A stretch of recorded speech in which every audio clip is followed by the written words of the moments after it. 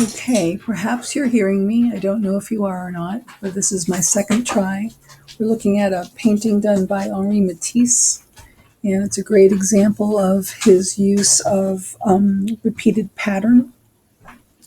If you'll look at this in the negative space, all of the negative space in this painting is in general dark.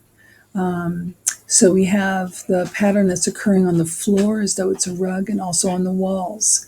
The shapes of the patterns that occur on the floor and the walls don't talk about space. If this were correct in terms of perspective, these patterns here would be flattened out. They would be wide and short to suggest that we'd be looking at down the plane of the floor. But instead, he's playing just with space and pattern and shape and pattern.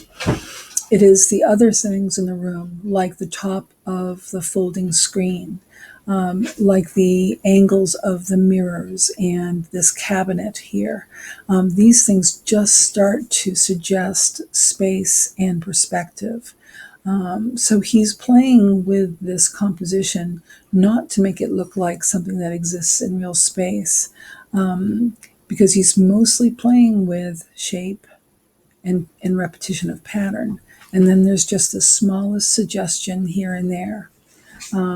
Some of the things that make us think that this might be happening in real space are things like the still life that's on the tabletop, which you can see on top of this tablecloth, and it's being represented also in the mirror.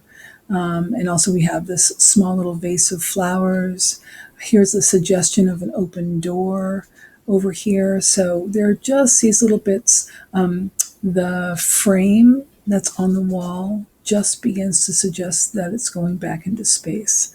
So Matisse simplified his work more and more until he got to the point where he was painting paper and cutting out patterns that were entirely flat, where he was playing with shape and pattern and color and basically thinking about positive and negative space.